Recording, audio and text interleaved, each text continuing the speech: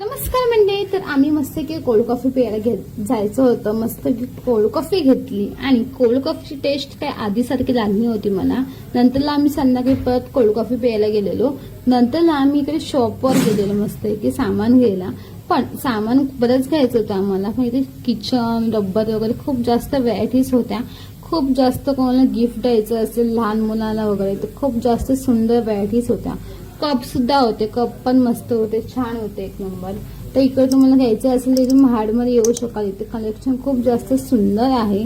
आणि मग मी इकडे शिवाजी महाराजांची मूर्ती पण होती.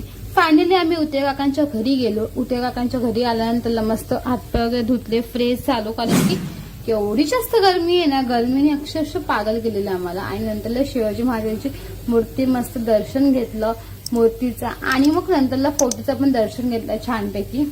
फोटो पण होता शिवाजी महाराजांचा. तर मग आम्ही जरा चेंज वगैरे केलं आणि मस्त एसी ऑन केलेली होते काकाने आणि मस्त की झोपून गेलो. कारण की एसी के बिना नाही मन भरता है, ऐसा होता है ना, वैसा ही.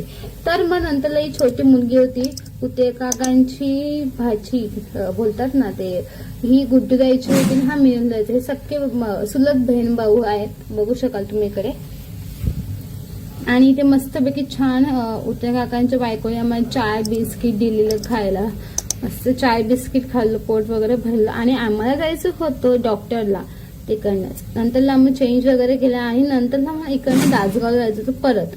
कारण की तासगावला होती वरात, पण वरात का आम्हाला भेटलीच नाही. तर आम्हाला जायचं होतं. मग मी डायरेक्ट तासगावला गेलो. इथे कशासाठी गेलेलो, मग आम्ही गोंधळ बघितला तासगावचा, लग्न होतं त्याचं.